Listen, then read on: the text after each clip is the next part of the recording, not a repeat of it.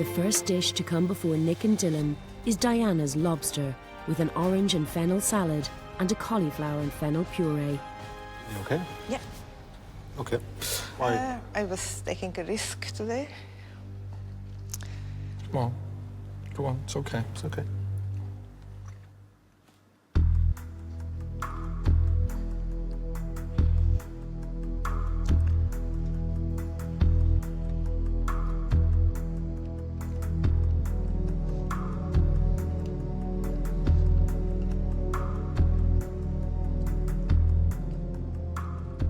I can understand why you're upset, right? But it's not all doom and gloom. That's the reality. You're crying because you really want to succeed, okay? And that's fair enough. The components you've used, the ingredients you've used, really do work well together. But I suppose the negative on my side is the fact that it is big, it's huge, okay? We're looking for a fine dining dish. Yeah, it's not. It's not. It's not. And do the flavours of fennel, orange, lobster, all that, oyster? No, it doesn't for me at all. And there's no doubt of your talent. Today just didn't go your way. Thank you. I knew it doesn't look right, doesn't taste right. It's just not my day, bad day in the office. I'm very scared that this is going to be over, and I don't want it to be over.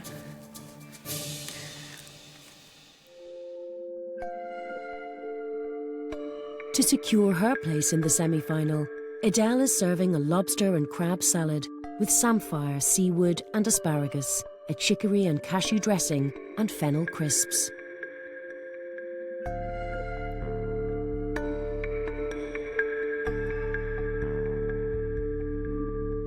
Okay, well, first of all, I think it looks very pretty, it's very dainty, it's very colourful, it's very inviting, and you want to delve into the plate. So it's that, for that respect, I think you've really had a good eye for detail today. Okay.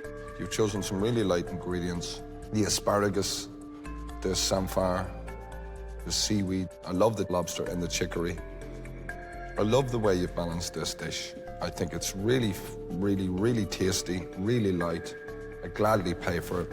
So you're starting to prove that you're not that much of a fluke and that you can really cook, to me. Well done, Adel. Thanks, Adel. Thank you. I knew today that I had to pull it out of the bag again to prove I deserved my place here. Hugh's dish is pan-fried sea bream, pepper relish, fennel puree, fennel crisp, citrus and samphire sauce, and a semi-dried tomato, but has the advantage he was given paid off. Are you happy? I'm not happy with the way I've sauced that plate. You were shaking a lot, huh?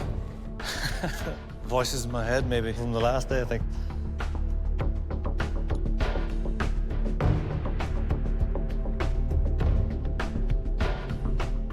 I think your preparation of the sea bream is beautiful. I think the sweetness from the peppers really just explodes the flavours into your palate, so that's always a nice added touch. The only thing I would say is that there's too many peppers for me.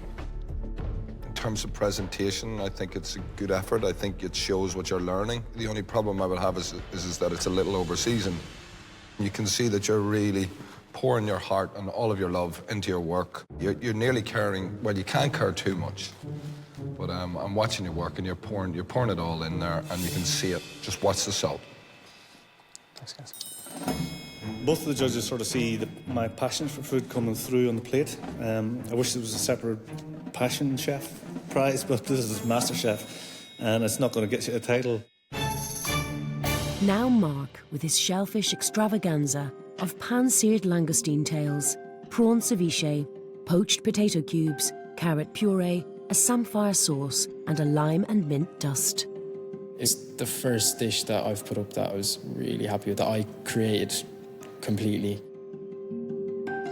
Presentation-wise, it's a little odd, to say the least. I know that you're learning, I know that you're advancing. I can see that you're full of enthusiasm.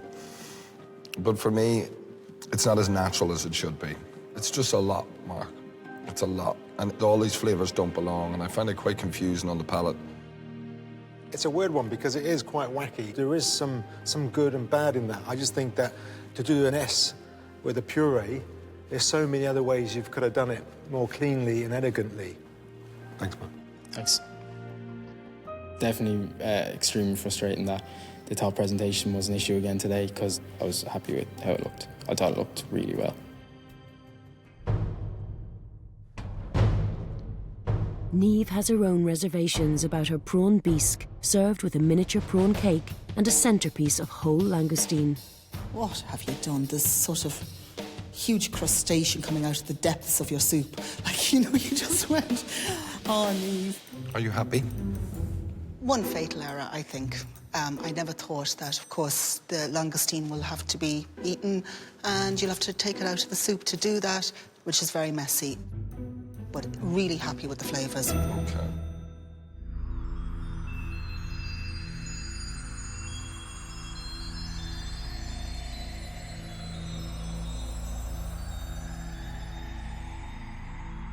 I tend to agree. It also prevents it from being fine dining. One thing about fine dining is very often every detail of finish is done so that there is no work for you as a customer. Other than that, some really good flavors here. So, whatever mistake you've made with that big, stupid prawn in the middle of the bowl, you've definitely compensated with some very clever cooking. The other problem I have is it's probably about the second or third soup I've seen you do, so... Yeah. This is the other thing. Second one, yeah. Second, okay.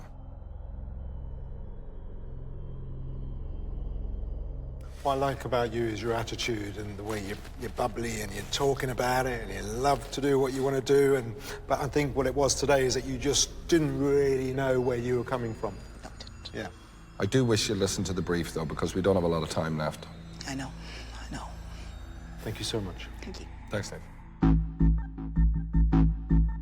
The final dish in the quarter-final is Charlie's seafood platter of oysters, steamed mussels, sea spaghetti and samphire salad with mayonnaise, homemade butter and bread. So we have the oyster in the centre. Yes. Anything in the oyster? No, I left the oyster just with its own liquor because to me, that's the best sauce you can have with an oyster. Okay. I think it should speak for itself.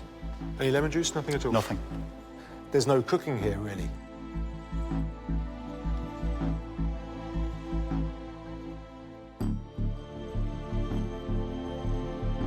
I think it's fresh, it's light, it's tasty. Your bread is perfect, lovely flavour, lovely taste. Yeah. Cold, light, simple, executed well. Just not sure how fine dining it is. And that was the brief. And I think that you've definitely given elegance to certain components, but I'm not sure if it says much more about your cooking, though, Charlie. It's just relying on the ingredients a little too much. I was probably the most nervous I've been standing in front of them because of last time. I really, really didn't want to get into that situation again. I'm desperate to stay in the competition. One person could be going, two people could be going. We don't know. I'm very worried that I lost it for myself. I'm very worried. Everybody, no matter how good of a cook, will make mistakes. That's part of cooking. If there is no mistakes, there is no learning. But we have to be very critical. Yeah. There's so little in it between them all. Who is at the back? Who is going to benefit the most from the next task? When it comes to the final, who will give the rest of them a run for their money? Today, we asked you for a dish that would show us why you deserve to be in the semi-final. Diana, you chose to take a risk, but you lost your way. Mark, you've come a long way, but your dish today was overworked and confusing. Charlie and Neeve, the brief was to create a fine dining dish. We feel ultimately you failed to achieve this. The next person to leave the MasterChef kitchen is...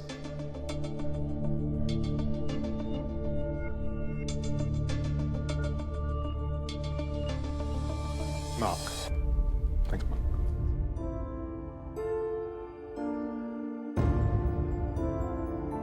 I was happy with the plate of food I put up today. I wasn't holding back. I wasn't worrying about what they wanted. So I am very disappointed to leave. I just think that if the dish they saw today wasn't to their liking, then my style isn't to their liking. The next person to leave is...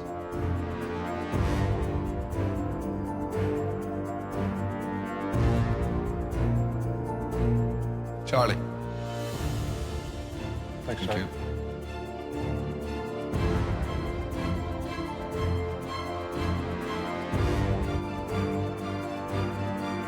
It's a really, really high standard, and yeah, I'm proud of my achievement, but that doesn't take away from how disappointed I feel now tonight.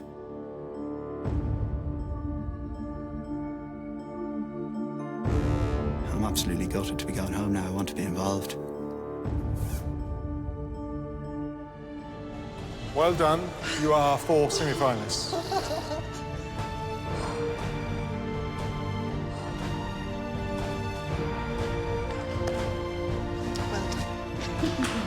Well done. Well done, guys. Thank you. Thank you.